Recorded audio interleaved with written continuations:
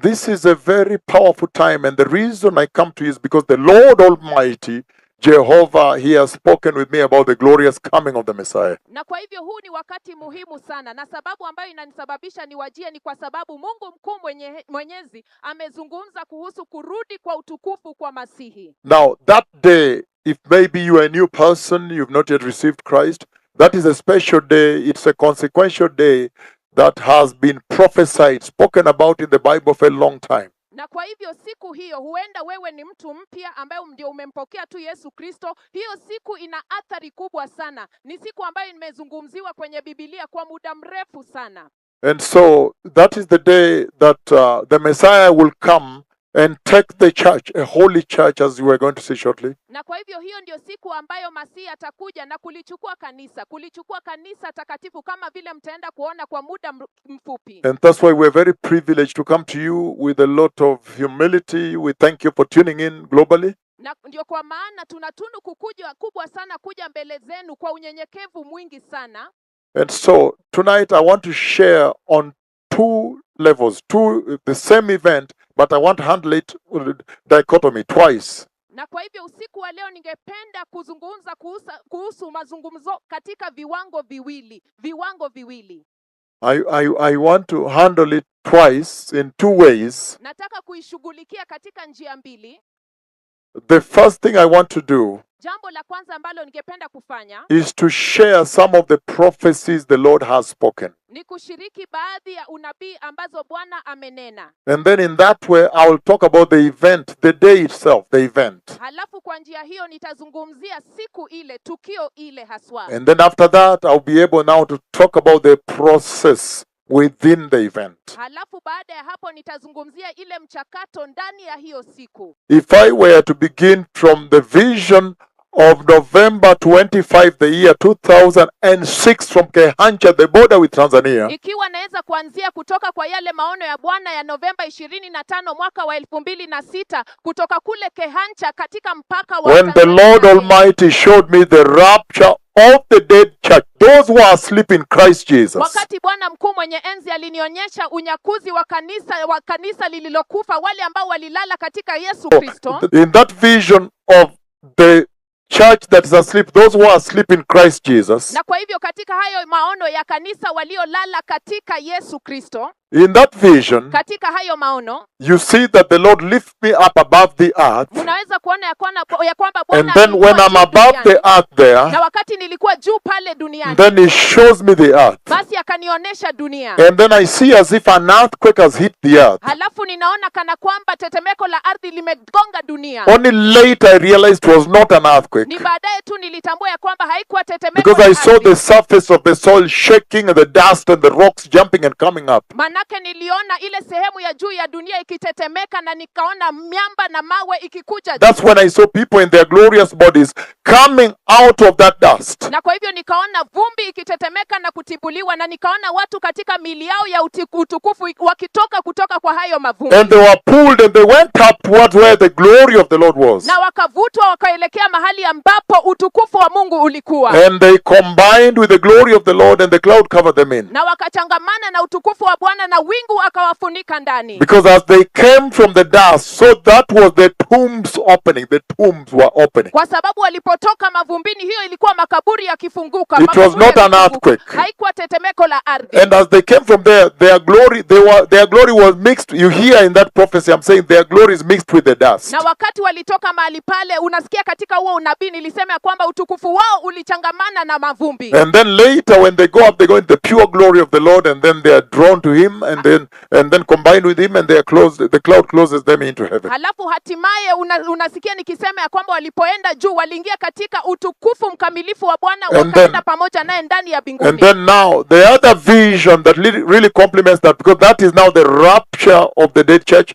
And then there's another vision that took place January 15, the year 2017. Halafu kunao maono mengine ambayo yalitendeka Januari 15 mwaka 2017 ambayo inaambatana na hiyo. And in that one now, na katika hayo the Lord showed me the rapture of those who are alive. Bwana akanionyesha unyakuzi ya wale walio hai. If we read the scripture, which is the lead scripture tonight here, 1 Thessalonians chapter 4 verses 13-18, we're going to read later. In there you'll see the two groups. Those who die before rapture, asleep in Christ, as they are holy. And then on that day, they are the first to resurrect, glorified, go up. And then those who are alive and holy, he has a way of recompense, remunerating them, recognition, and rewarding their faithfulness, whereby they are exonerated from death. Tukisoma katika kitabu cha Wathesalonike wa kwanza sura ya 4:13 hadi 14 na 8, unapata zile vikundi viwili. Wale waliokufa kabla ya unyakuzi, walilala katika Kristo, wananyakuliwa. Halafu wale ambao wanaishi katika utakatifu, kuna vile ambavyo Mungu ako na njia ya kuwazawadi kwa ajili ya kutembea kwa utakatifu. Halafu wanaungamana pamoja na Bwana na kunyakuliwa. So in the vision of January 15, the year 2017, Na kwa hivyo katika maono ya Januari 15 mwaka 2017, in that one now, katika hiyo sasa, now you see that as the Lord lifts me up again above the earth, sasa unaweza kuona wakati Bwana ananinua tena juu ya dunia, and he asks me to look left and down, then I see the exact moment they are glorified and they are taken up. halafu ananiambia nitazame chini na kushoto, halafu naona wakati haswa ambapo wanatukuzwa, halafu wanapelekwa juu na kusafirishwa juu. So already in those two visions, you have seen that the common denominator is that there is a glorification. Na kwa hivyo katika hayo maono mawili unaweza kuona jambo la kimsingi ya kufanana ni ya kwamba kunao kutukuzwa. There is a glorification. Kunako kutukuzwa. And then Halafu all the other visions I've shared, even the one of March 22nd, the year 2024, yale maono yote mengine ambayo nimeshiriki kuhusisha ile ya Machi tarehe 22 mwaka wa 2024, you see very clearly mnaweza kuona waziwazi that again when the Lord says, look, the Lord is about to appear in the sky. ya kwamba Bwana anaposema ya kwamba tazama, Bwana yuko karibu kuonekana angani. And when I look up, I see the exact moment he has just arrived in the sky. Na ninapotazama juu naweza kuona wakati ndio amewasili tu angani vu. And the golden crown of the Lord, which the Lord has shown me in other conversations, other visions, Halafu ile taji ya dhahabu ya Bwana ambayo Bwana amekwisha kunionyesha katika mazungumzo mengine na maono mengine, that golden crown is now glorious like diamond or like crystal glass because of the infinite glory of his coming. hiyo taji ya dhahabu sasa imetukuzwa kabisa kama almasi, kama gilasi, kwa sababu ya utukufu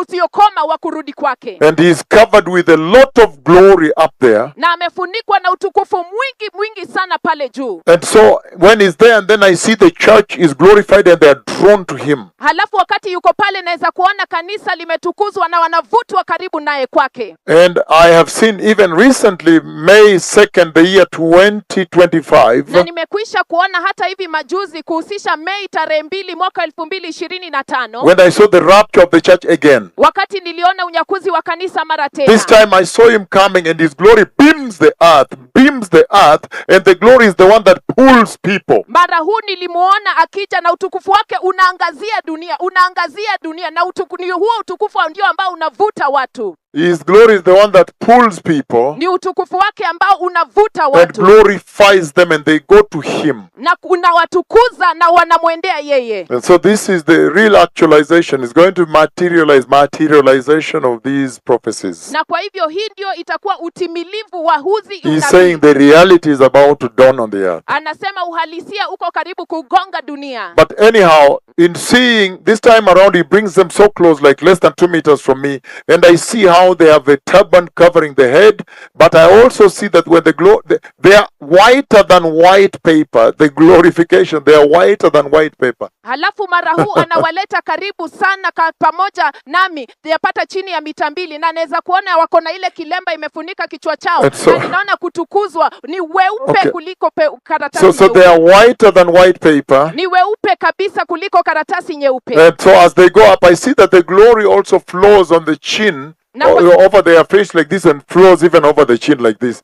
It's glowing and flowing. Na kwa hivyo wanapoenda juu naweza kuona utukufu ukitiririka hata kwenye kidevu chao, wanang'aa na kutiririka. And so in this case too, in every case you see that there is glorification. Na kwa hivyo hata katika swala hili na katika kila kesi unaweza kuona ya kwamba kunako kutukuzwa. And so I want to handle that aspect of that day. I want to anchor that event on glorification. Na kwa hivyo ningependa kutia nanga hilo tukio kwa kutukuzwa. And you'll see the centrality of that promised glorification glorification in the life of the church, in the life of man. na utaweza kuona unyeti wa hiyo kutukuzwa katika maisha ya kanisa, katika maisha ya mwanadamu. And so, blessed people, Na kwa hivyo watu wabarikiwa, in these days the Lord is talking about the exit of the church from the earth. katika siku hizi Bwana anazungumza kuhusu kuondoka kwa kanisa kutoka duniani. This is a very consequential conversation because it talks about literal departure from the earth. Haya ni mazungumzo yenye athari kubwa sana, manake inazungumzia kuhusu kuondoka kwa kihalisia kwa kanisa kutoka duniani. And that's why Na ndio kwa maana it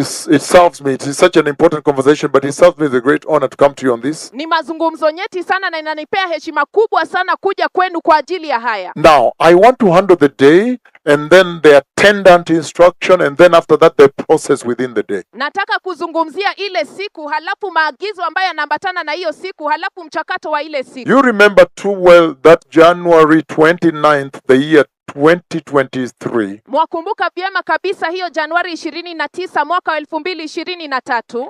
January 29th, 2023, Januari tarehe 29 mwaka wa 2023. at 1:20 p.m. afternoon Saa 7:20 adhuhuri, on a Sunday, siku ya Jumapili. I even came live to you after that conversation Hata nikakuja moja kwa moja kwenu baada ya hayo mazungumzo, when the Lord made me read the book of Revelation, wakati ambapo Bwana alinisababisha kusoma kitabu cha Ufunuo wa Yohana. chapter 3. I was interested in the church in Laodicea. I beg your pardon. Of course, I'm interested in that church too, because in the church history, we are almost at that place now.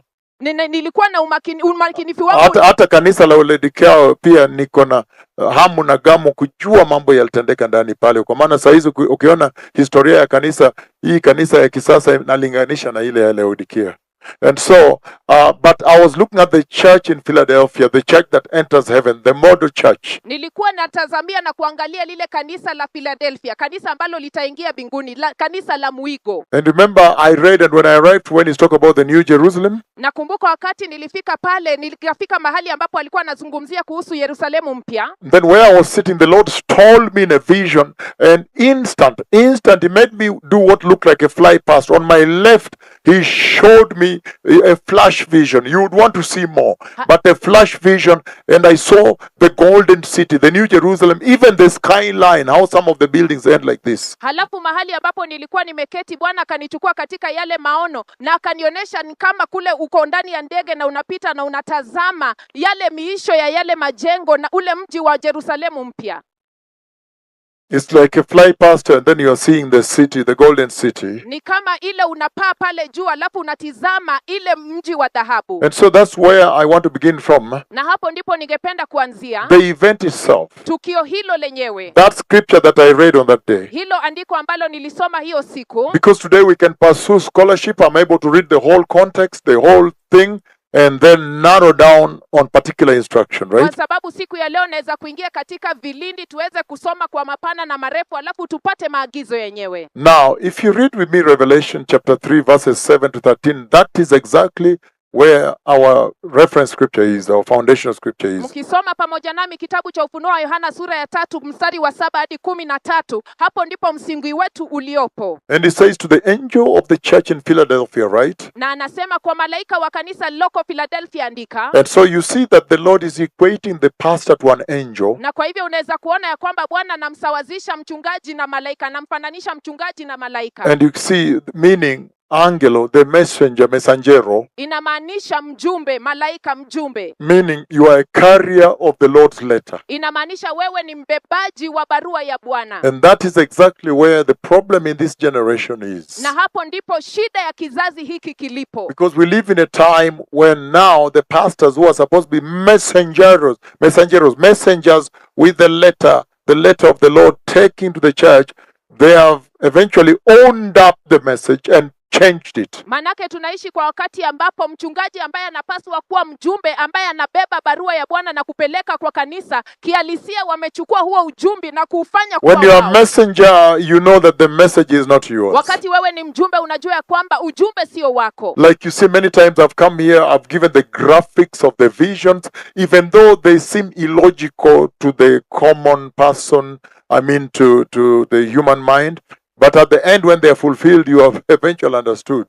Kama vile mnaweza kuona mara nyingi nikikuja hapa ninawapea maono ya Bwana na vipenge vyake, na wakati ambayo hauwezi kuelewa kwa mafikira yako kama mwanadamu, halafu ikitimilizwa ndipo ambapo unaona ya kwamba huo ujumbe umetoka kwa Bwana. And so here he says Na kwa hivyo hapa anasema that the pastor is an angel, is a messenger, is carrying the letter of the Lord. ya kwamba mchungaji ni malaika, ni mjumbe ambaye anabeba barua ya Bwana. And that's why you see in one of the visions, the messages were propelling globally, the message of the wooden pulpit from heaven. Ndiposa unaweza kuona katika mojawapo ya yale maono ule ujumbe ambao tunapeperusha kote kote ulimwenguni, ule ujumbe wa mimbari ambao kutoka mbinguni. So in that message, you see the Lord saying that we need to restore the pulpit. In other words, restore back the message, the original message. Katika huo ujumbe unaweza kuona ya kwamba Bwana anasema tunahitaji kurejesha mimbari. Kwa maneno mengine, kurejesha ule ujumbe wa jadi wa kale wa Bwana. And that is because of what has happened in this time and age. Na hiyo ni kwa sababu ya kile ambacho kimetendeka katika wakati huu na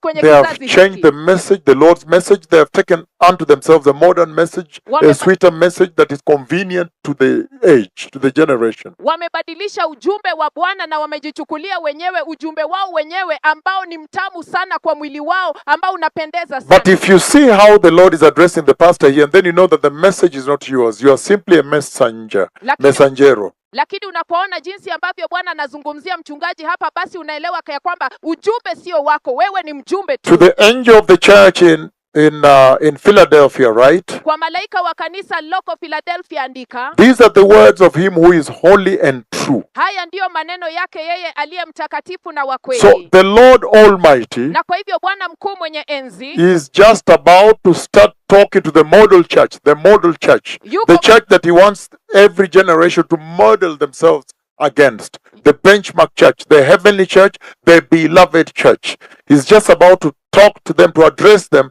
This is how he introduces himself. yuko karibu tu kuzungumzia lile kanisa lenye mfano bora, lile kanisa ambalo anataka kizazi hiki liweze kuiga na kufuata mfano huo bora. He says to the angel of the church in Philadelphia, right? Anasema kwa malaika wa kanisa loko Philadelphia andika, These are the words of him who is holy and true. haya ndiyo maneno yake yeye aliye mtakatifu na wa kweli. So he begins by actually elevating holiness. Na kwa hivyo anaanza kwa kukweza utakatifu. In other words, Kwa maneno he mengine, begins by saying that the Lord, he is holy. anaanza kwa kusema ya kwamba Bwana ni mtakatifu. He begins by saying that he, the Messiah, he is God. Anaanza kwa kusema ya kwamba yeye Masihi ni Mungu, That he is the Holy One of Israel. ya kwamba ndiye mtakatifu wa Israeli. He begins by saying, Anaanza kwa kusema, because if you look at the root word of holiness kwa sababu ukiangalia lile neno la kimzizi la utakatifu in Hebrew, katika Waibrania it is called set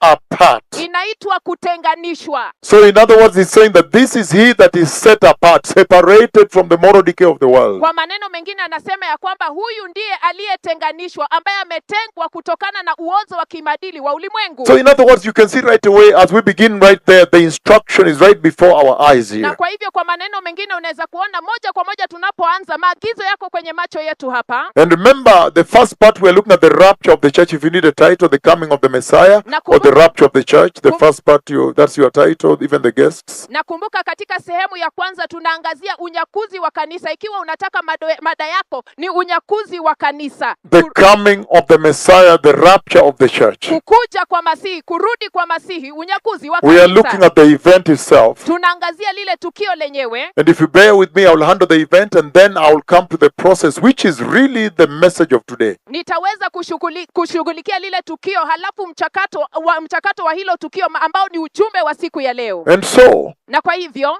the Lord is introducing himself to the example church, the church that enters heaven. Bwana anajitambulisha kwa kanisa lililo lenye mfano bora, kanisa ambalo linaingia mbinguni. He's modeling the church, the body of Christ on this church, based on this church. Anatengeneza na kuunda mwili wa Kristo kuzingatia hili kanisa. So this church becomes the benchmark. Na kwa hivyo hili kanisa linafanyika kanisa la And when you kuigwa. see the way he's instructing instructing her in his conversation with her, Na kwa hivyo unapoona jinsi ambavyo analiagiza katika mazungumzo yake pamoja then nayo, you understand the importation, the import, what he's saying to the present church. basi unaweza kuelewa kile ambacho anazungumza kuhusiana na kanisa la sasa hivi. He's saying, Anasema these to the angel of the church in Philadelphia write, kwa malaika wa kanisa loko Philadelphia andika, these are the words of him who is holy and true. haya ndiyo maneno yake yeye aliye mtakatifu na wa kweli. In other words, he's telling the church that, look,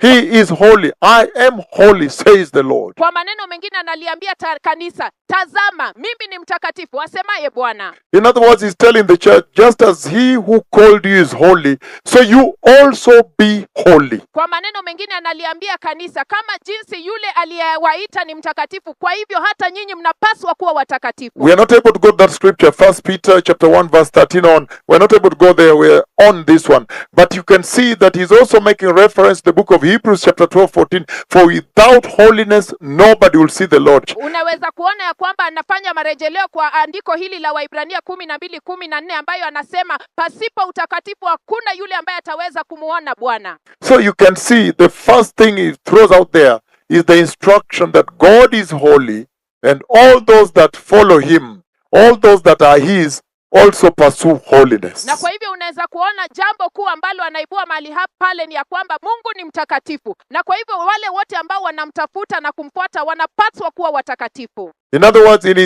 his habitation, he is holy. All those that are aspiring to enter his habitation, they must be holy. Na kwa maneno mengine anasema ya kwamba katika makazi yake yeye ni mtakatifu, na kwa hivyo wale wote ambao wanatamani na kuingia katika yale makazi ya Bwana wanapaswa kuwa watakatifu. So while you want to discuss all the mechanics and the dynamics of the process of the day, glorification, exemption from death and resurrection, and all the events that hallmark the day, while you want to discuss them, but he's saying without holiness, nobody will even see the Lord. So this becomes the starting point. Na kwa hivyo ikiwa unataka kuibua yale masuala nyeti ya siku ile ya unyakuzi, kutukuzwa, kuepusha kutoka kwa kifo, ile kufufuliwa, unawezi kuepukana na jambo hili ya kwamba yeye ni mtakatifu. Anasema kuna mambo mengi yanatendeka hiyo siku. Moja wao ni kufufua wale ambao walifariki wakiwa Wakristo wameokoka watakatifu, na wale pia kuna kutukuzwa, pia kuna wale ambao watakutwa kwa hali fulani ya kiroho alafu hawataonja kifo. Sasa haya yote vipengee ni muhimu, lakini anasema bila utakatifu hata kuna faida kuongea mambo haya, because hakuna atakayemwona Bwana. So he's saying without holiness you can't even enter the kingdom of God. Kwa hivyo anasema ya kwamba bila utakatifu hakuna yule ambaye ataingia katika ufalme wa Mungu. And so the first introduction he gives is that he is holy. Na kwa hivyo utangulizi wa kwanza ambao anapeana ni ya kwamba yeye ni mtakatifu. So the instruction to the messenger, to the pastor, to the church, you people, blessed people, is to go and preach the holiness of God and tell the sheep of Christ to be holy. Na kwa hivyo agizo kwa mchungaji, mjumbe, enyi watu, ni ya kwamba muende mukahubirie kanisa la Kristo ya kwamba wanapaswa kuwa watakatifu. And he says, na anasema this is him who is holy and true. Huyu ndiye aliye mtakatifu na wa kweli. Another thing he raises there, that look, he is trustworthy. Na jambo lingine ambalo anaibua mahali pale ni ya kwamba tazama, yeye ni wa kuaminika. He is true, he is trustworthy, he is dependable, he is reliable. You can literally depend on this prophecy. You can lay your life on him and never be disappointed on that day. Yeye ni wa kweli, anaweza kutegemewa. Unaweza kuyakabidhi maisha yako katika unabii huu na hautaaibishwa katika ile siku ya unyakuzi. And so this is what we are handling now. The Lord introducing himself to the rapture church. Na kwa hivyo hii ndio ambayo tunazungumzia sasa hivi. Bwana akijitambulisha kwa kanisa ambalo litaingia kwenye unyakuzi. And you see the instruction that he is directed towards them, that he is holy, so you be holy. Be set apart, be separated from the moral decay, from this world. Na kwa hivyo unaweza kuona lile agizo ambalo analipea ya kwamba ni mtakatifu, na kwa hivyo wanapaswa kuwa watakatifu, kumaanisha kutenganishwa kutokana na uozo wa kimaadili wa ulimwengu huu. And then he goes on to say, na kwa hivyo anaendelea kwa kusema, him who holds the key of David. Yeye aliye na ufunguo wa Daudi. And so right away he brings to the fore the millennial reign. David is a messianic office. Na kwa hivyo moja kwa moja analipea kipaumbele ile utawala wa miaka 1000 ya amani. Daudi ni afisi ya kimasihi.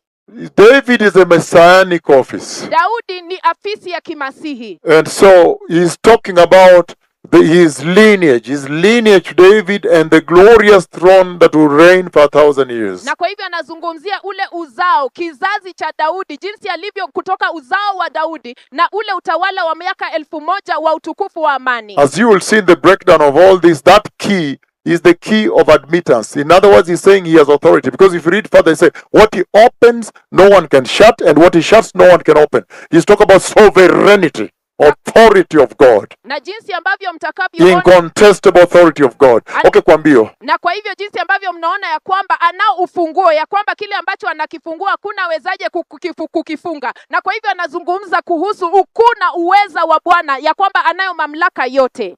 And so he's talking about the sovereignty of the Lord, the incontestable authority of the Lord. Na kwa hivyo anazungumzia kuhusu ukuu wa Bwana, mamlaka ya Bwana ambaye hawezi kupingwa. And he's talking about now that key, the right of admittance, Na kwa the hivyo right of admitting into the presence of God, into the kingdom of God. anazungumzia kuhusu ule ufunguo, ile haki ya kumwingiza mtu katika uwepo wa Mungu, katika ufalme wa Mungu. Only he has the authority to admit you into the kingdom of God. What a mighty God to worship. Ni yeye tu aliye na mamlaka ya kuingiza katika utukufu wa Mungu, katika ufalme wa Mungu. Je, ni Mungu mkuu wa kuabudu kiasi gani? The God that when he opens for you the door to heaven, nobody can contest or shut or come and say, hapana, kwa nini umefungulia huyo? Mungu, No, not that one. That one, let me tell you the things she did. You know, nobody can contest him. Nobody can contest him. Mungu ambaye akikufungulia mlango wa mbinguni, hakuna yule ambaye anaweza kupinga na kusema ni kwa nini umefungulia ule, alifanya hivi na hivi. Hakuna yule ambaye anaweza kumpinga. So this is very powerful. Na kwa hivyo hii ni nyeti sana yenye As nguvu. we are going to see later, Kama vile tunaenda kuona hapo baadaye, that key is the key that opened for you into the presence of the Lord. ya kwamba huo ufunguo ndio ufunguo ambao uliwafungulia katika uwepo wa Bwana. It's called the key of David. In Spanish they say Jabez de David.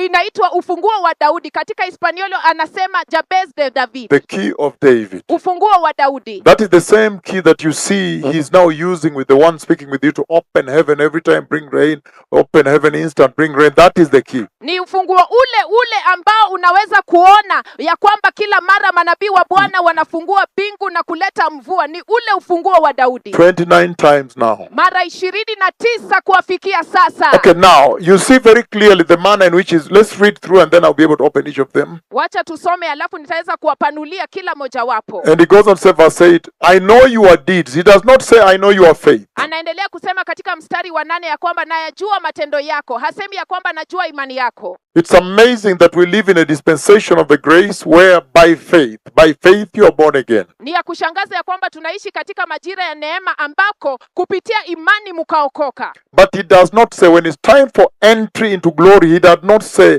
I know your faith. He says, I know your deeds. Lakini ifikiapo wakati wa kuingia kwenye utukufu, hasemi ya kwamba ninajua imani yako. Anasema ya kwamba ninajua matendo yako. That is amazing in a generation where you have been told that is a finished job. If you just do anything like this, that's not grace. Hiyo inashangaza kwa kizazi ambacho umefunzwa ya kwamba ni kazi iliyokamilika, ya kwamba ukifanya tu matendo ati hiyo si neema.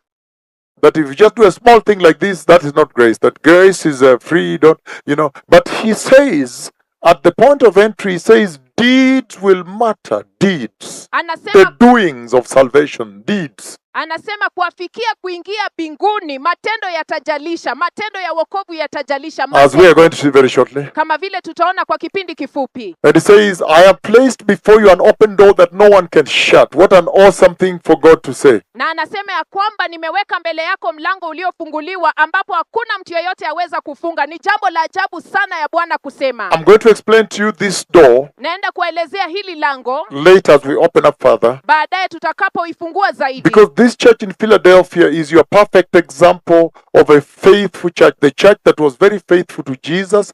They were humble to him and committed to serving him. And you're going to see many things about this church. Na manake hili kanisa la Philadelphia ndiyo mfano bora sana wa kanisa ambalo lilikuwa waaminifu sana kwa Yesu. Walikuwa wanyenyekevu kwa Yesu ambao walikuwa wamejitolea sana kumtumikia Yesu. The example of a revival church. Ni mfano wa kanisa la uvuvio. And so when you look at this church, even the manner in which he's engaging with this church, na kwa hivyo unapotazama hili kanisa, hata jinsi ambavyo anazungumza na hili kanisa, you will find that this door is the door of service, evangelism, to go out. He has opened for them revival. Unagundua ya kwamba hili lango ni lango la uinjilisti, ya kumfanyia Yesu kazi, kumtumikia, kwenda nje, kukanyaga nje na kufanya uvuvio. That you may be able to go in the streets and tell people about this awesome God, this Lord, this Savior that died for them, that you may literally change their destination. Ili kwamba muweze kwenda kwenye mitaa na muambie watu, muelezee watu kuhusu huyu Mungu wa ajabu ambaye alikufa kwa ajili yao, ili muweze kubadilisha hatima yao. And then they may move away from going into the lake of fire and go into heaven. Ili waepukane na kwenda kwenye ziwa la moto na waende kwenye ufalme wa mbinguni. But look at me, we are going to see very shortly, really. Just give me a moment, I just touch this.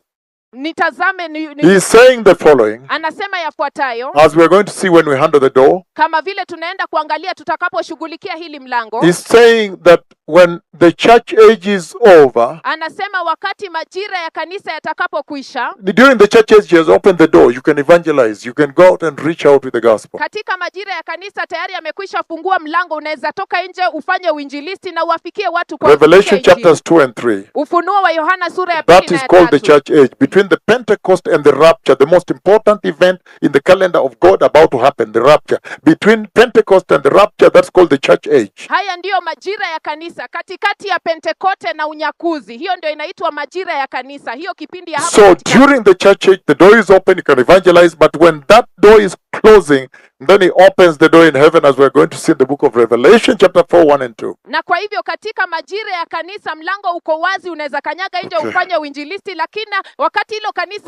wakati huo mlango utafungwa katika mlango wa Ufunuo wa Yohana sura ya 4 mstari wa 1, kama vile tutakapoona watu watanyakuliwa kuingia mbinguni.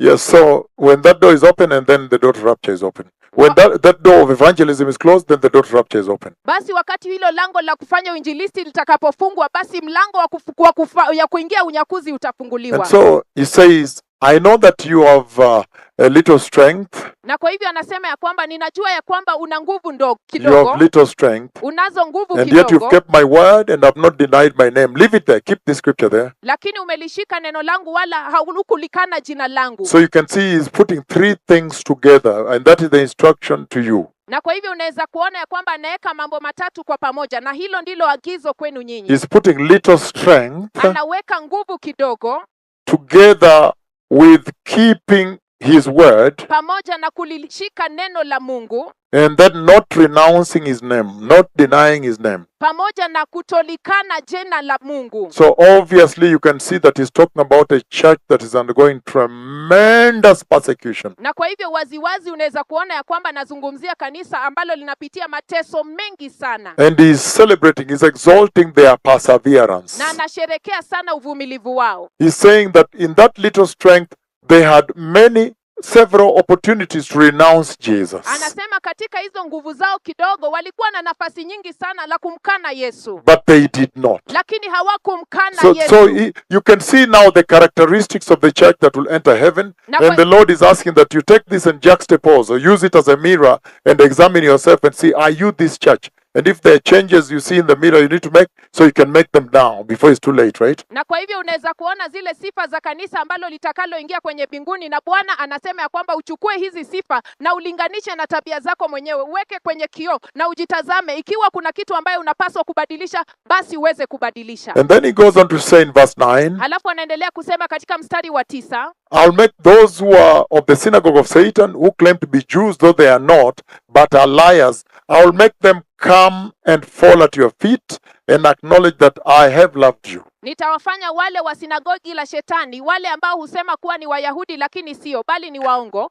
nitawafanya waje wapige magoti miguuni pako na wakiri ya kwamba nimekupenda. So there is talking about the dispensation of the Na grace. kwa hivyo pale anazungumzia majira ya neema. He's saying that the Lord never runs two programs at the same time. Anasema ya kwamba katu kamwe Bwana haendeshi ratiba mbili kwa wakati mmoja. He's saying that when the Lord in the Old Testament is running the program of Israel, Anasema ya kwamba Bwana wakati wa Agano la Kale alipokuwa akiendesha ratiba ya Israeli, he does not handle the church. Katu kamwe hashughulikii kanisa. And when now he stops at the 69th week, he stops the clock and begins to run the program on the church, he has suspended the matters of Israel. Na wakati sasa hivi katika juma la 69, wakati amesimamisha saa na ameacha kuendesha ile ratiba ya Israeli, sasa anaendesha ratiba ya kanisa. And so he's saying that the Lord never runs two programs at the same time. Na kwa hivyo anasema Bwana katu kamwe haendeshi ratiba mbili kwa wakati mmoja. And that's why when you see now the prophecies I gave on Israel becoming fulfilled, you can almost tell that he's signaling that the end of the church age is right at the door. He's right here. Na kwa hivyo unapoona sasa zile unabii ambazo nilitoa kuhusu Israeli zikitimilizwa, ni kama Bwana anapeana ishara ya kwamba mwisho wa majira ya kanisa iko karibu kufika. And so, Na kwa hivyo you see the Lord saying in this way, unaweza kuona Bwana akisema kwa njia hii, when he's saying that those who are in the synagogue, he calls them the enemies. Why? Because they were fighting Christ. anapozungumzia wale walioko kwenye sinagogi anawaita maadui. Kwa nini? Kwa sababu walikuwa wanampiga vita Yesu. They were fighting the Messiah. So he called it the synagogue of Satan, because he believes, if you get time to read Romans chapter 2, 28, 29, he says that a real Jew is one who's Jew from the inward. Anawaita maadui kutoka sinagogi la Shetani kwa sababu walikuwa wanampiga vita Yesu Kristo. Na ukipata muda wako ukisoma kitabu cha Warumi sura ya 2 mstari wa 28 hadi 29, anazungumza ya kwamba yule ambaye ni Myahudi kutoka ndani. So in other words, they would believe that this is the Messiah. Kwa maneno mengine wataamini ya kwamba huyu ndiye Masihi. But he's saying that they were fighting the church. He's saying the following. Anasema yafuatayo. He's saying that the biggest problem right now, that has been and right now also, Anasema ya kwamba shida liloko kubwa zaidi ambayo imekuwepo na pia sasa hivi ipo, is because ni kwa sababu they believed theirs is the kingdom. waliamini ya kwamba ufalme ulikuwa wao. If you get to read the book of Romans chapter 9, Ukisoma kitabu cha Warumi sura ya 9, which I have already preached, remember during the conference in Nakuru, I gave it recently, I said they were given the tabernacle, they were given the glory, and they were given the Torah. Warumi sura ya 9 walipewa lile hekalu, wakapewa utukufu na Torah. And so with that, they were now supposed to step out as the priestly nation to bring forth the praises of all the nations before Na Jehovah. kupitia hilo walipaswa kukanyaga nje kama taifa la kikuhani na kuleta Okay, so now to bring the praises of all the nations to the Lord. kuleta sifa za mataifa yote kwake Bwana. And then if you get, like we saw in the book of Exodus 19, verse 5 and 6, that they also had a royal calling, a throne calling. Na pia tulipoona katika kitabu cha Kutoka 19 mstari wa 5 hadi 6 ya kwamba pia walikuwa na mwito wa kifalme. So he's saying that the problem why there has been disbelief Anasema sababu ya kutokuamini kwao is because ni kwa sababu they did not believe hawakuamini that the Gentiles would share in the kingdom. ya kwamba watu wa mataifa wangeshiriki katika ufalme. So they did not believe that the Gentiles would share in the kingdom. Hawakuamini ya kwamba watu mataifa wangekuwa sehemu ya ufalme. If you read Romans chapter 9 later from verse 4, even from verse 1 on, you see that he gave them literally everything, sonship, the kingdom. You see everything was released, even God's redemptive plan was given. Ukisoma kitabu cha Warumi sura ya 9 mstari wa 4 unaona ya kwamba walipewa kihalisia kila kitu, uwana, ufalme, kila kitu Bwana aliwapa.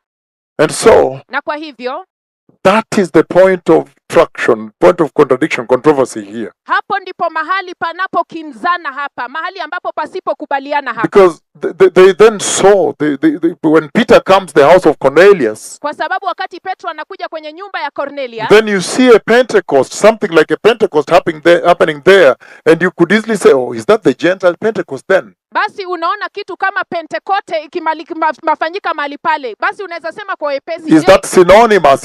Can that be equatable with his visitation of the Gentiles? je, hiyo inaweza kufananishwa na mtembeleo wake kwa watu mataifa? When Peter is called there, read book of Acts chapter 10, Peter is called there. When he goes there, and then he's standing at the door, he said, the sanctity. He said, I cannot enter here because there are Gentiles in here. Na kwa hivyo wakati Petro anaitwa mahali pale katika kitabu cha Matendo ya Mitume sura ya 10, anasema kwa sababu ya kutengwa kwake siwezi kuingia hapa ndani kwa sababu watu wa mataifa wako mle ndani. But as he's there, Lakini wakati yuko pale, then boom, the Holy Spirit visits that room and he sees. basi boom, Roho Mtakatifu anatembelea kwenye Then he says, nyumba ile oh, na anaweza so the kuona. Gentiles have also been blessed. Basi anasema hata watu wa mataifa So they pia also have a wamebarikiwa. share in the kingdom. Pia hao ni sehemu ya ufalme. So Na kwa that hivyo- is very critical, Hiyo ni nyeti sana, because that is where the contradiction is. They said, no.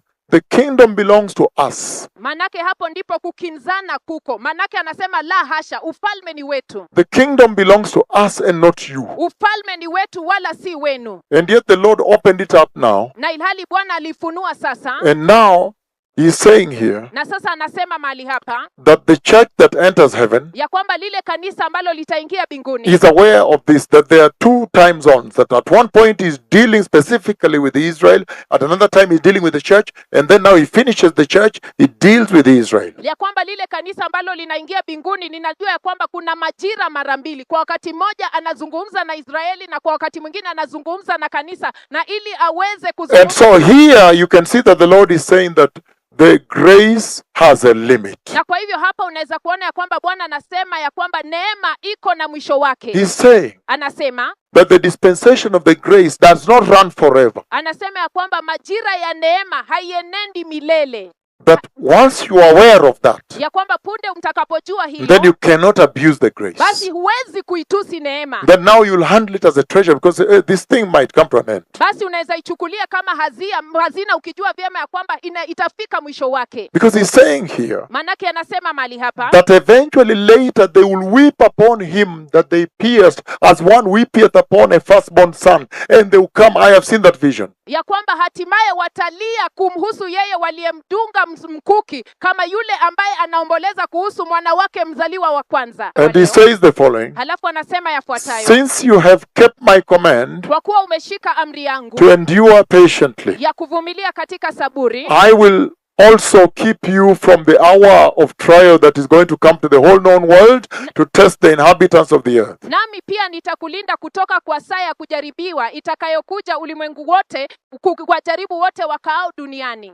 So he's saying the hour of trial that's going to come the whole known world to test a special people called the inhabitants of the earth. Anasema saa ya kujaribiwa ambayo itakuja kwa ulimwengu wote mzima, ambayo inakuja kujaribu watu maalum waitwao wakaao duniani. And so this is very powerful, because this is now your pre-tribulation rapture. Na kwa hivyo hii ni ya nguvu sana, manake hii sasa ni unyakuzi kabla ya majira ya dhiki na dhiki kuu. So this is the pre-tribulation rapture, because he's saying Manake anasema that since you have kept my command ya kwamba kwa kuwa umeshika amri yangu to endure ya patiently, kuvumilia katika saburi, he's saying anasema Christian salvation is persecution, ya kwamba wokovu wa Kikristo ni mateso, and that the character of the church is perseverance. na ya kwamba sifa ya kanisa, tabia ya kanisa ni kuvumilia. So if you find a church that is not being persecuted, it is tremendous. That's unbelievable. Na kwa hivyo unapopata kanisa ambalo haliteswi, basi haiaminiki, ni And so he's ajabu saying, sana. since you have kept my command, Na kwa hivyo anasema kwa kuwa umeshika amri yangu, and that command is to endure patiently, na hiyo amri ni kuvumilia katika saburi,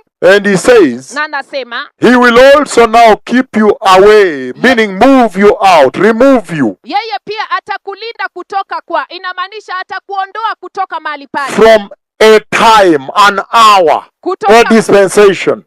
kwa majira fulani, saa fulani, wakati fulani. He's saying from an hour of trial, it will really try people. It will try their faith and test their faith. Anasema kutoka kwa saa ya kujaribiwa, itajaribu watu na kujaribu imani yao. That is going to come to the earth, meaning it's a future event coming. Itakayokuja duniani, kumaanisha ni tukio la usoni ambalo linakuja. And he's saying the whole world, Na anasema ulimwengu wote mzima, meaning there is nowhere to hide. kumaanisha hakuna mahali pa kujificha. So if you see Psalms 27 verse 5, the Lord saying that in the hour of tribulation, I will be able to take you in the pavilion of his glory to safety you, to give you safety, safeguard you. Na kwa hivyo unapoona katika kitabu cha Zaburi 27 mstari wa 5 ya kwamba kwa kuwa katika siku ya dhiki atanihifadhi salama katika maskani Then yake. you automatically know that that place of safety will not be on the earth. basi waziwazi unajua, moja kwa moja unajua ya kwamba hapo mahali pa salama haitakuwa hapa And duniani. that's why we are here, Na ndio kwa maana tuko hapa discussing about your departure from the earth. kujadiliana kuhusu kuondoka kwenu And those of you duniani. tuned in from all over the world, that's why we are talking about departure from the earth. Na wale wote ambao mnafuatilia kutoka kote kote ulimwenguni, ndiposa tunaongea kuhusu kuondolewa So this is the duniani. pre-tribulation rapture. Na kwa hivyo huu ni unyakuzi kabla ya majira ya dhiki. And the Lord is expressing his sovereignty here also. Na Bwana Aye. anaelezea ukuu wake mahali hapa pia. He's saying Anasema that he is the God of Daniel chapter 7. ya kwamba yeye ndiye Mungu wa Danieli sura ya 7. Because in Daniel chapter 7, you see him talking about which beast came, and that one was finished, and another beast came. He's talking about seasons. He's a God that determines seasons. Ya kwamba katika kitabu cha Danieli sura ya 7 unaona anazungumzia ni mnyama gani alikuja, halafu baada ya hiyo mnyama mwingine, na kwa hivyo anazungumzia kuhusu So each majira, of ni Mungu wa those majira. beasts is talking about Daniel chapter 7. Those are empires, those are kingdoms, those are dispensations. Na kwa hivyo kila mojawapo ya wale wanyama katika Danieli 7 yanasimamia mamlaka fulani, ufalme fulani. And so he's saying Na kwa hivyo anasema that don't worry, I control the seasons. ya kwamba msiwe na wasiwasi, I am the sovereign God. mimi ndiye Mungu mkuu, ninatawala And he majira. says, since you have kept my command to endure patiently, Na kwa hivyo anasema kwa kuwa mmeshika amri yangu ya I kuvumilia am the one katika in saburi, charge of the season that's coming. mimi ndiye ambaye ninasimamia yale majira ambayo yanakuja. And I know when it comes, Na ninajua wakati even though day and hour are not known to you, but I, the Lord, know. hata kama siku na saa haijulikani kwenyu, lakini mimi That's Bwana what he's ninajua. saying. Hiyo ndio ambayo anasema. Then he will remove you from the earth before that hour hits the earth. Basi atawaondoa kutoka duniani kabla ya hiyo saa kuigonga dunia. I think this is the Lord now expressing his sovereignty and his belovedness to the church. Na kisia huyu ni Bwana sasa akielezea ukuu wake na upendo wake kwa kanisa. How much he really loves the church. Jinsi gani anavyopenda kanisa. And he's saying, don't worry, he will safeguard you. Na He anasema, loves you. anasema msiwe na wasiwasi, atawalinda, anawapenda. But if you follow carefully, you see that there is a condition there. Lakini ukifuata kwa umakinifu utaona ya kwamba kuna sharti fulani pale. And the condition he's giving them is that they have kept his command. Na sharti ambayo anawapea ni ya kwamba wamelitunza na kushika amri yake. And he's saying here Na anasema mahali hapa that they have endured patiently, ya kwamba wamevumilia katika saburi, meaning many opportunities availed themselves for them to renounce Jesus, to abandon the Lord. kumaanisha walipatana na nafasi nyingi sana ambayo ilikuja mbele yao ili kuwasababisha kumwacha Bwana, But they did not. lakini hawakumkana Bwana. And he's talked about an hour of trial coming to the whole earth to a special people called the inhabitants of the earth. Na anazungumzia saa ya kujaribiwa ambayo inakuja kwenye ulimwengu wote mzima, kujaribu watu haswa, watu maalum waitwao wakaao duniani. And in the book of Revelation, you are now very seasoned, blessed people, senior leaders here.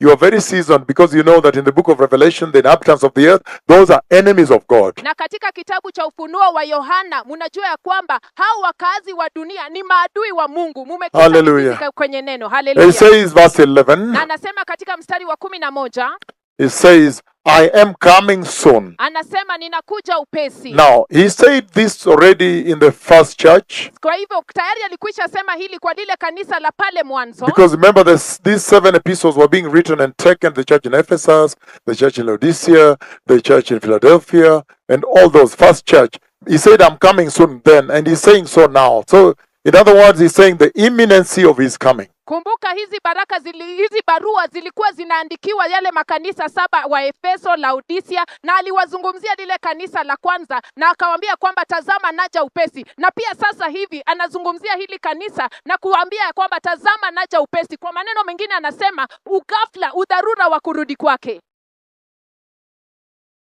Hallelujah. Haleluya. I am coming soon, he says. Naja upesi anasema, Meaning he's instructing everyone to be ready. Anytime he can come. kumaanisha anaelekeza kila mtu awe tayari wakati wowote ule atarudi. And that's why it's very sad Ndiposa ni ya kuhuzunisha mno when the church changes the gospel and they began preaching something else instead of preparing them for this coming. wakati kanisa linabadilisha injili na wanaanza kuhubiri kitu kingine tofauti badala ya kuandaa watu kwa ajili ya kurudi huku kwa Masihi. And so he says Na kwa hivyo anasema that any day, any moment, even now, any second he can come. ya kwamba siku yoyote ile, wakati wowote ule, hata sasa hivi anaweza kuja. And this imminency, this day and hour not known, is deliberate by the Lord to keep you alert. Na huu udharura, huu ghafla ya kwamba siku na saa haijulikani ni ya kimaksudi na Bwana ili kukusababisha kukaa macho.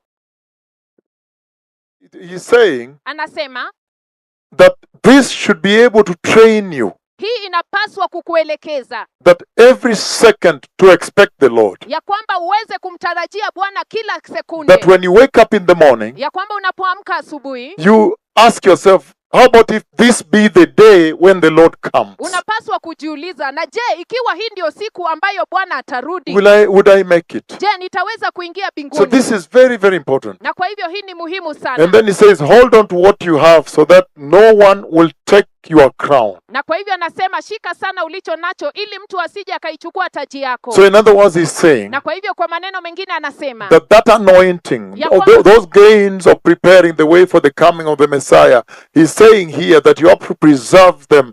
They are vulnerable to plunder. ya kwamba hizo faida ambazo zinatusaidia kujiandaa kwa ajili ya kurudi kwa Masia unapaswa kuzihifadhi, kuzilinda kabisa, manake iko rahisi sana kuzipoteza. You can lose them. Unaweza kuipoteza. And we see it also in Matthew 25 in the prophecy of the wise and foolish virgins. Na unaweza kuona hata katika kitabu cha Mathayo 25 kuhusiana na unabii kuhusu wale wanawali wenye hekima na wale ambao ni wapumbavu. When the foolish virgins come to them and want to plunder, they want to loot their anointing, their oil. Wakati wale wanawali wapumbavu wanakuja kwao na wanataka kuiba upako wao. And so Na kwa hivyo he's saying many have lost their crowns. anasema kunao wengi ambao wamepoteza taji zao. Shebna lost. Shebna alipoteza. You remember King Saul lost it to David. Mwakumbuka mfalme Sauli alipoteza naye Daudi akaipata. We also remember Reuben lost it to Judah, Pia mwakumbuka ya kwamba Ruben alipoteza halafu Juda and so forth akaipata. and so forth. Na kuendelea. But he's saying be careful that you preserve the gains. Lakini anasema makinikeni sana ya kwamba muweze kudumisha na Verse kuhifadhi. 12, he says the following. Anasema ifuatayo, The one who is victorious. yeye ashindaye. So what does it mean to live a victorious Christian life? Basi inamaanisha nini kuishi maisha ya Mkristo ambaye ni ya ushindi? A triumphant Christian life. Maisha ya Ukristo ambayo ni ya ushindi. Meaning when public opinion will not matter anymore. Kumaanisha ya kwamba maoni ya umma haitajalisha tena. When now the flesh doesn't matter anymore. Wakati sasa mwili na damu haitajalisha tena. When the flesh does not matter anymore. Wakati mwili huu, nyama hii haitajalisha tena. So when the flesh does not matter, Wakati mwili haitajalisha tena. public opinion does not Maoni matter. ya umma haitajalisha tena. He's saying that is a triumphant Christian life. Anasema hiyo ni maisha ya Mkristo yenye ushindi. He's saying when now Anasema wakati sasa only Jesus matters. Yesu peke yake atajalisha. Because the biggest problem right now in the world is that what will people say? Kwa sababu shida iliyo kubwa sana sasa hivi ulimwenguni ni watu watasema nini? What will they say? Je, watu watasema nini? So sometimes you choose against the Lord Na kwa hivyo wakati mwingine unachagua kinyume na Bwana because you want to please the public. kwa sababu unataka kupendeza watu. He said the ones who are victorious, Anasema wale ambao watashinda, the ones who defeat the world, defeat the flesh, wale ambao watashinda ulimwengu na kushinda mwili, I'll make a pillar in the temple of my God. nitafanya kuwa nguzo katika hekalu la Mungu wangu. Those that are faithful to him, he says, he will make them a pillar in his house, meaning they will never come out.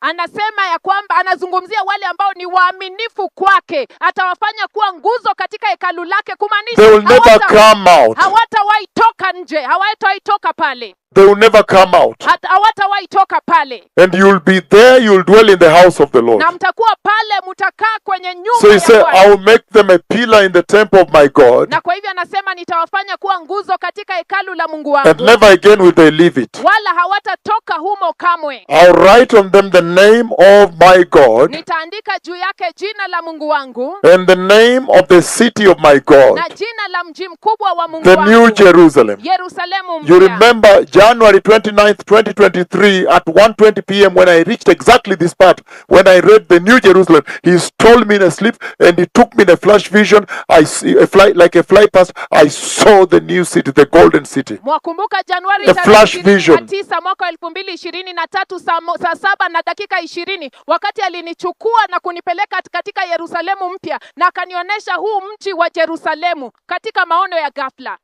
And so And then I came to you in the church because he said, by voice he said, the eternal home of the righteous. Halafu nikawajia moja kwa moja kwenye makanisa yenu, manake kwa sauti alisema makazi ya umilele, makao ya milele ya wenye haki. And so he's talking about it here that he will admit you into this city, Na kwa hivyo anazungumzia mahali hapa ya kwamba atawaingiza kwenye mji huu which is coming down out of heaven ambayo inatoka kutoka mbinguni, from my God. kutoka kwa Mungu wangu, Meaning coming to the new earth. kumaanisha inakuja kwenye dunia mpya. So this conversation is in the eternal state. Na kwa hivyo haya mazungumzo yako katika maeneo ya milele. And he says, and I will also write on them my new name. So he has a name that he will reveal to them. Na pia anasema ya kwamba pia nitaandika juu yake jina langu jipya, kumaanisha ya kwamba analo jina ambayo atawafunulia. And so this is tremendous, blessed people. Verse 13, and he says, whoever has ears, Na anasema yeye aliye na sikio, let them hear what the Spirit says to the churches. naye asikie yale ambayo Roho anayambia makanisa. So you know right now the Spirit of the Lord is speaking to the churches globally. Kwa hivyo sasa hivi Roho wa Bwana anayanenea makanisa kote kote ulimwenguni sasa hivi. And so he's saying, Na kwa hivyo anasema,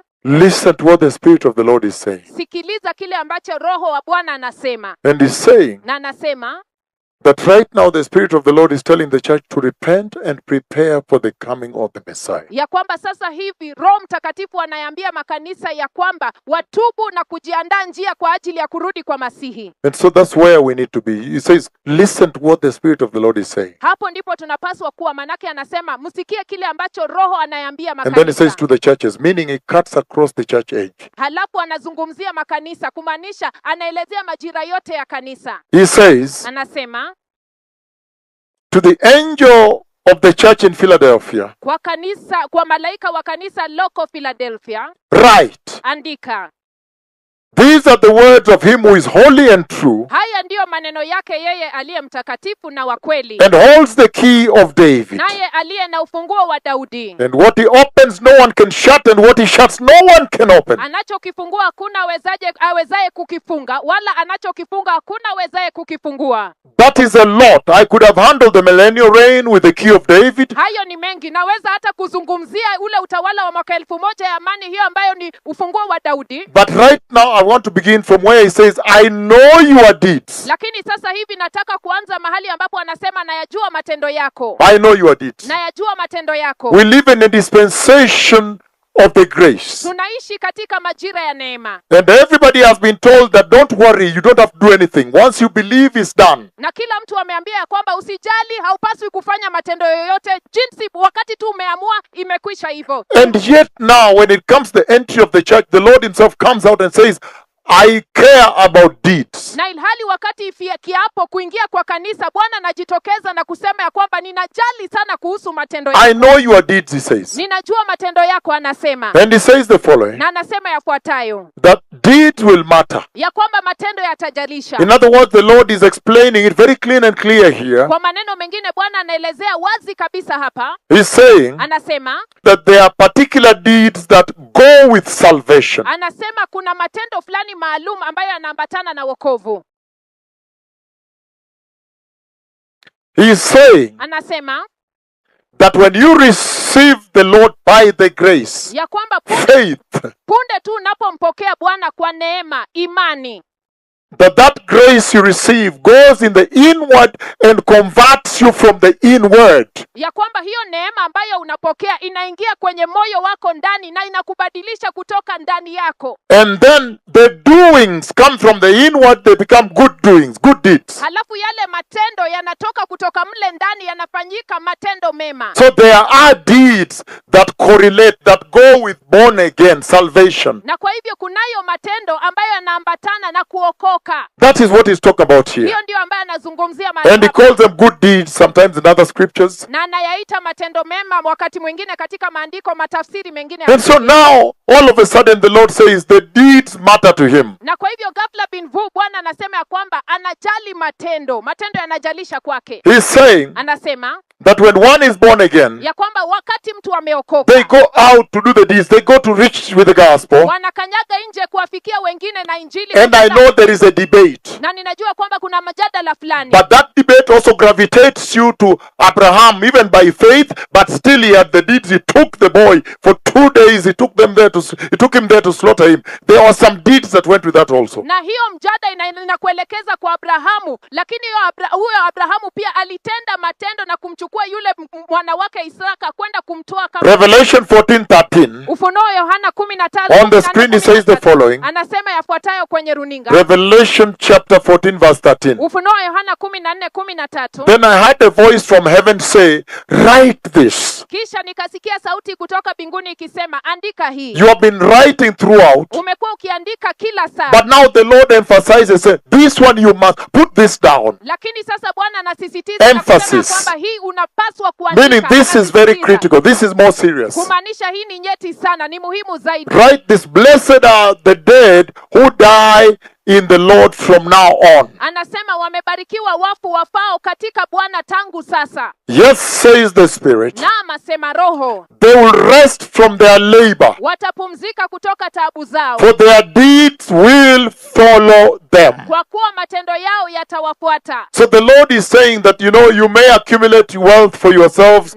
You may build companies, build tall buildings, buy land on this earth. Na kwa hivyo Bwana anasema huenda unaweza kujilimbikizia mali, uweze kununua majengo marefu marefu, ununue shamba. And he's saying Na anasema that you may accumulate wealth, the things of the earth, ya kwamba unaweza kujilimbikizia mali, mambo ya dunia, but those things will never live with you, never go with you. lakini hiyo utajiri katu kamwe haiwezi kwenda pamoja He's nawe. saying, but your deeds, the deeds of salvation, Lakini anasema lakini matendo yako, those will yako, go with you. hayo yataenda, yatakufuata. And he says Na anasema that their deeds will follow them. ya kwamba matendo yao yatawafuata. In other words, when you do righteous deeds, they will follow you to the kingdom. Kwa maneno mengine, utakapotenda matendo ya haki yatakufuata hadi kwenye ufalme. All of a sudden, when it's time to enter, now the Lord cares about deeds. This is what the pastors are not saying today. Ghafla bin vu ufikiapo wakati wa kuingia, Bwana ghafla bin vu anajali kuhusu matendo. Hii ndio wachungaji hawahubiri siku ya leo, That if you do the deeds of righteousness, you go with them into glory. ya kwamba unapotenda matendo ya haki unaingia nazo hadi kwenye utukufu, That if you do holy deeds, you go with them into glory. ya kwamba unapotenda matendo matakatifu unaingia nazo hadi kwenye utukufu. And you'll see later that based on that, the Lord now recompenses you, remuneration,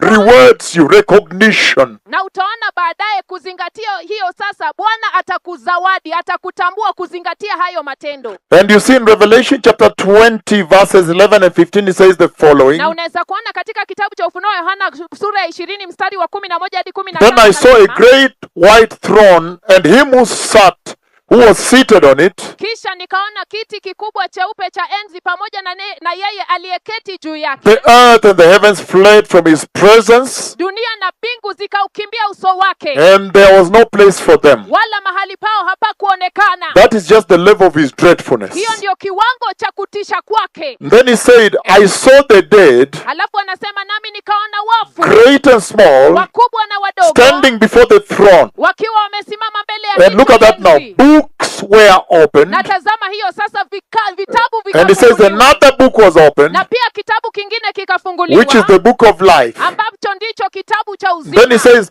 the dead were judged according to what they had done, as recorded in the books, according to deeds. Alafu anasema nao wafu wakahukumiwa kulingana na sawasawa na matendo yao, kulingana na matendo yaliyoandikwa kwenye vitabu. Deeds, my Lord. Matendo, Bwana wangu, The book of deeds. kitabu cha matendo.